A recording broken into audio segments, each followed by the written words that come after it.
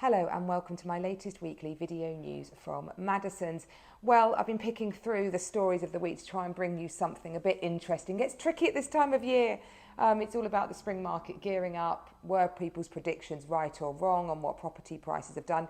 Generally, a consensus that the downturn was nowhere near as bad as expected, and the outlook for this year continues to be favourable. So that's that. Matters about building new houses and developments and what the government's doing for that. So I did find 3 stories of some interest to you. So how about this? There has been a reduction, 60,000 less people over 2023 stopped being property millionaires. So what that means is if you own a property worth 1 million or more, there are 60,000 less than those over 2023 than there were the year before. Of course, that's partly caused by falling property prices, and the £1 million plus property market is still valued at £1.32 trillion. So there still are an awful lot of property millionaires out there. London, as you would probably expect, has the highest swathe of those property millionaires, closely followed by the southeast. And interestingly, we saw one of the largest drops of property millionaires, so a 13% drop in property millionaires in our area. Obviously, I sit in a very lovely part of the world, so lots of property millionaires around me. But yeah, some people might be feeling on paper a little bit poorer. But conversely, let's look at a really positive story.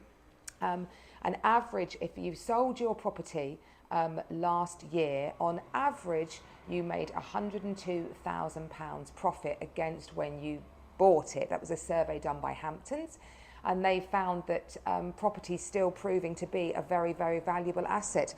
93% of people who sold their property, who'd held it for 9 years or more, made a profit. So I don't think I've phrased that quite right, actually, but I think it's basically 93% of people selling their property made a profit, and the average had been they'd held it for 9 years. That makes it sound like you have to hold it for that long, but yeah. So quite interesting to see that was a good positive result. Down though from 2022, where a record return was recorded. The average return that you made at the end of 2022 was £112,000. So a bit of a drop against that high there. So still making good money from property, still a good investment to hold for many. And interestingly, the government trying to look more people getting onto the housing market at the moment, and they are possibly in their spring budget, which is on the 6th of March, going to introduce the 1% deposit.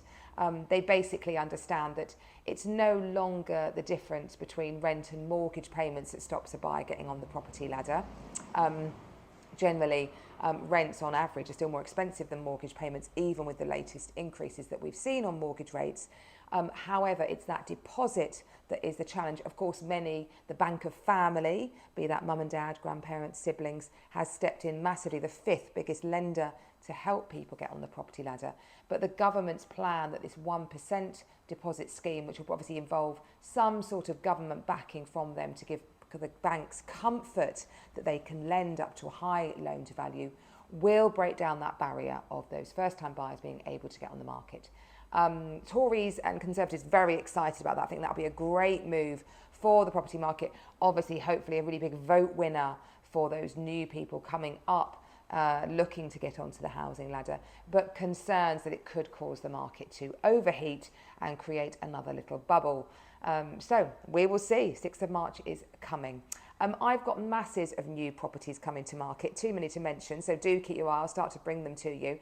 But if you are thinking of moving and you've always had that perennial question about location, do I buy the best house on the worst road or the worst house on the best road, then the latest blog that I've recorded for the wonderful My Tunbridge Wells has my thoughts on that very subject. So do head on over to that. Find the link, you'll see it here, click on it and you can see my random musings on the subject. Well, it's certainly feeling a lot milder, isn't it? So I hope you continue to enjoy this slightly warmer weather, and I look forward to seeing you next week. Bye-bye.